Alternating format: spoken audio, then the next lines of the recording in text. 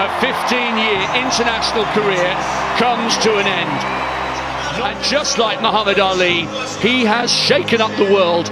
I received a general briefing from the Minister of Finance, representatives of the FSC and the FID, the Commissioner of Police, and the Attorney General's Department on allegations of significant fraud at Stocks and Securities Limited, a non-bank financial institution which is of grave national concern. This briefing was important to properly inform and guide any public pronouncements I may make on the matter. Like all Jamaicans, at home and abroad, I am thoroughly disgusted and upset by revelations in the public domain surrounding this matter. I'm very concerned and sympathetic to all those hard-working Jamaicans who at this moment are uncertain of the status of funds they have invested with the institution in question.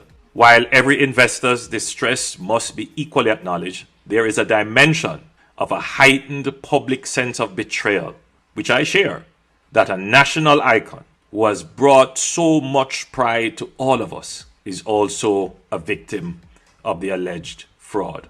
Having had the benefit of the brief, I can confidently say to the nation that all the relevant government entities are seized of the urgent nature of this matter, the great public concern, and the suffering of the victims. I am satisfied that the entities understand the implications and the potentially complex nature of this matter and the need for transparency, diligence, and prudence in all their operations. The coordination within the law among the various entities was also evident, which is a good sign for efficient and timely action. A thorough investigation is being undertaken to identify the perpetrators and colluders involved in the fraudulent activity with a view to bringing them to justice, as well as to trace the funds and secure forfeiture of assets acquired with the stolen funds.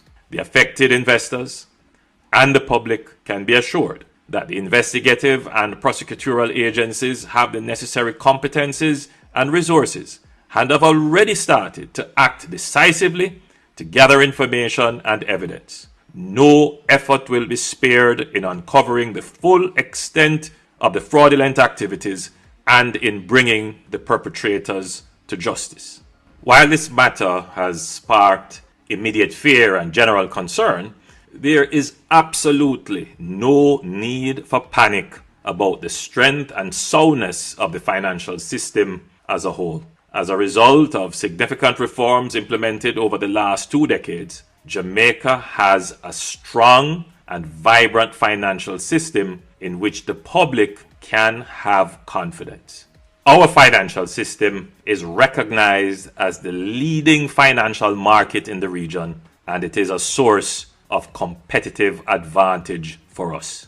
The public can rest assured that the government will be proactive in ensuring that there is accountability and probity in the exercise of public functions, and that our policy and administrative response is effective in continually strengthening the financial sector and protecting the investing public. The Minister of Finance has already indicated that he will update the public on certain policy and administrative actions that the government has already decided to give effect. Now, while I understand the hurt and upset all Jamaicans feel at this time, I urge the public not to fuel panic through speculation and baseless assertions. Given the potentially complex and litigious nature of these matters, the government must ensure that it verifies every bit of information it gives to the public. This may sometimes create a short lag in updates and responses. The public should also be aware that for legal and other reasons, the authorities will not always be able to respond to all assertions made in the public domain. This means that the public must exercise caution and patience in how they rely on unconfirmed information. We are aware that there may be persons with narrow agendas seeking to influence markets and investor decisions, promote false narratives, and create instability. Therefore, I have stressed the importance of transparency and accountability to the various government agencies, as this is the only way to secure public confidence. The government will ensure that the laws and systems in place work for the benefit of the general public good, accountability for those responsible, and justice for those negatively affected. The head of the fraud squad, as well as the investigative department of the FID, so they conducted a search at the home of Ms. Panton, who is at the center of the investigation.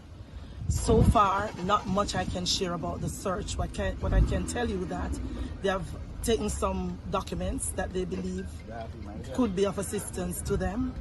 They will be analyzing those documentation to see if it provides any support to the ongoing investigation.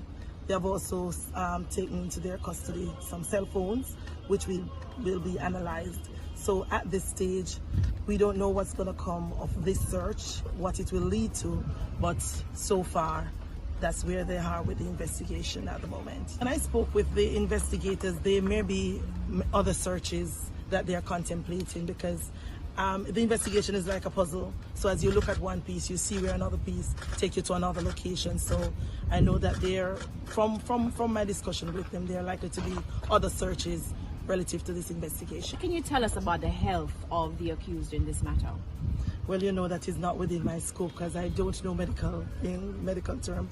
What I can tell is that she was in a wheelchair during the search, but I can't speak to her health. Does she still live at these premises? As far as we know, this is her home. Was she arrested? No, she was not arrested today. When is she likely to be charged? So that will be a determination for the investigators, the FID and the fraud squad, and that will also be determined by the evidence that they uncover during this search and other parts of the investigation, because it's a large investigation, so this is just one part. So there are other parts, and at the end of the day, they are trying to get as much evidence as possible to see how they proceed next. Has the statement that she provided to SSL private investigators been provided to the police, and have the police had a sworn statement from the suspect? Yes, the investigators are in possession of a sworn statement. So she has admitted to the theft? I can say that the police are in possession of a statement that was provided by her sworn statement. And that sworn statement outlines that she stole millions of dollars? No, I can't divulge that bit of information, not being an investigator, but it would not be in keeping with our investigative principles. So why hasn't she been arrested and charged yet? Arrest and charge is based on evidence. So the investigators, and it's a very high-level investigation with a set of competent investigators.